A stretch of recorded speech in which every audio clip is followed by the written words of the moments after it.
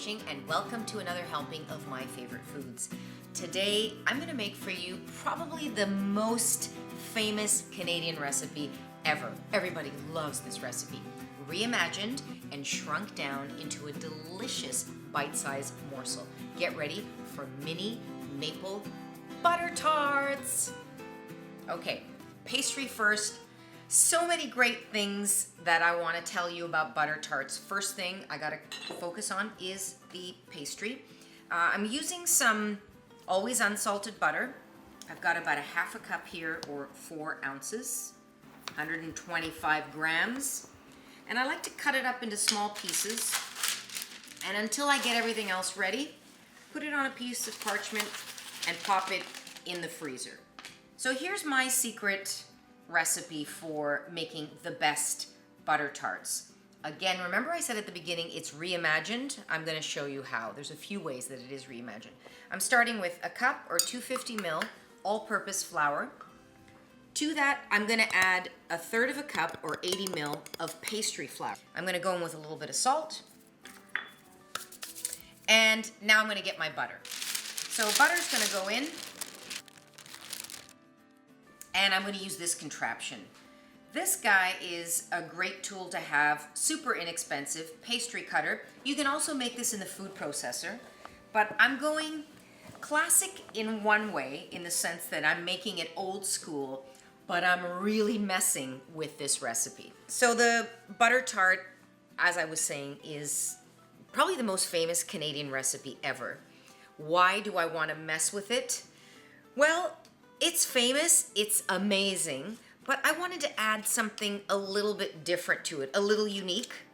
I could be charged, I could be in jail for doing this. You know how countries have their famous recipes that the world knows them for? That's the butter tart. If you want the dough to be a little bit more sort of breaking in your mouth, then you go for lard. The more lard you use, the more tender the dough is. The more butter you use, the more crisp it is. Oh, I'm already picking up speed because I'm so excited about these butter tarts. I'm going to take my water, and this is a third of a cup or 80 mils of water. What I do is put some ice cubes in it, ditch the ice cubes, and now I know the water is super cold. With a spoon or a fork, stirring everything around. There's still a little bit of flour in the side of the bowl, and it's tender.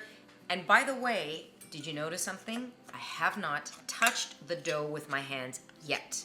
And that is a key to making and succeeding in any pastry. I think we have a tendency of touching the dough too much. All right, now I'm going to start with my hands very gently and quickly and get this into a ball.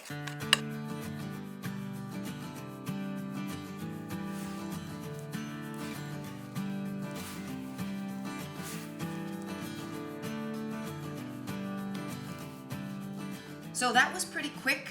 It's come together. I don't want to over knead it at this point, and I'm still going to see little bits of butter. That's key. I like using parchment paper to wrap this up.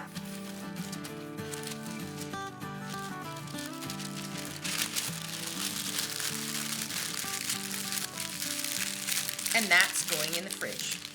1 hour is the minimum you want to cool this baby down for before you start making your fantastic butter tarts. And I'm cutting it in half, so I'm only working with half at a time. Oh, look at that. Oh. It's always great to work with a little bit of pastry at a time. You don't want to take it all out, mess around, kitchen's hot, all of that stuff. Flouring the work surface.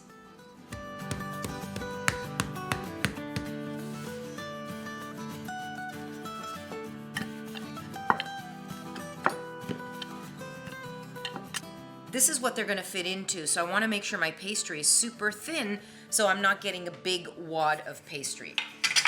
I'm going to go in with my cookie cutter or pastry cutter.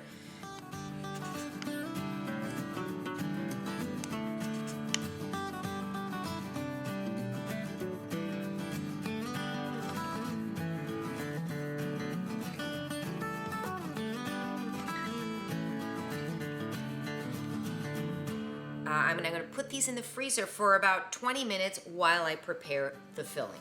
Next phase is completing the filling. Melt butter on medium until just hazelnut brown. Add brown sugar.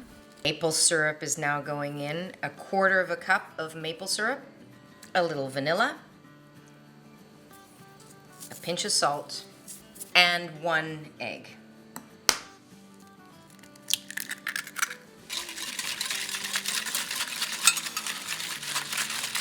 So I just want to blend this until it's smooth.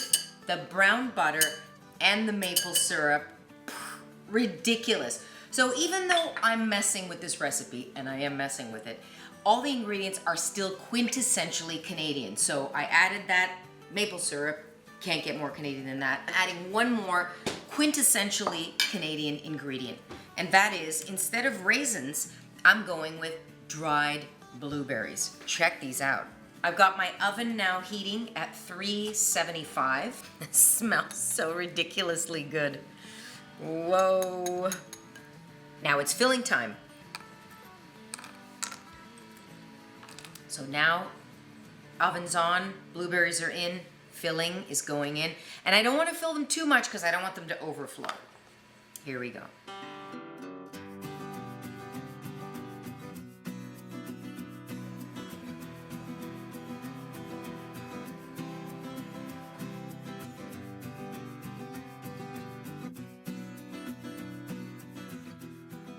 So when you're dividing the filling, make sure you divide it evenly, and it might seem like it's not enough, so don't fill them all the way up because they're gonna puff up and then collapse a bit. They're going in 375, and then I'm gonna turn it down to 350 after 5 minutes.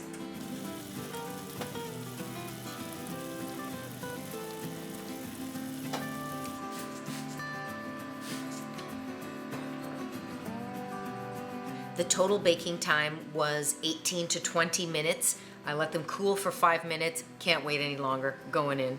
Oh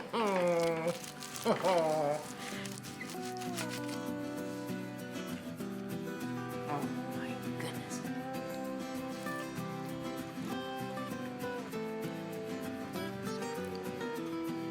Oh boy.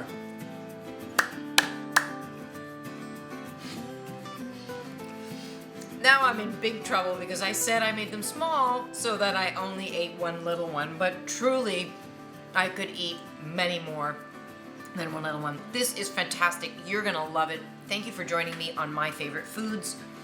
Check out the mini maple blueberry butter tarts. Off the hook.